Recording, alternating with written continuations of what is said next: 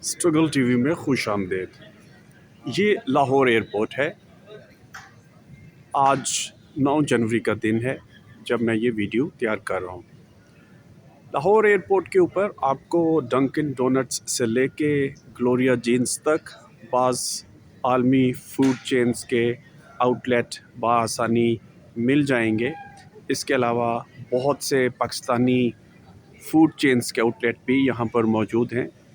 اس کے علاوہ آپ کو مقامی ثقافت اور مقامی طور پر تیار ہونے والے ہینڈی کرافٹس بیچتے ہوئے بعض سٹور بھی دکھائی دیں گے جو کافی خوبصورت ہیں۔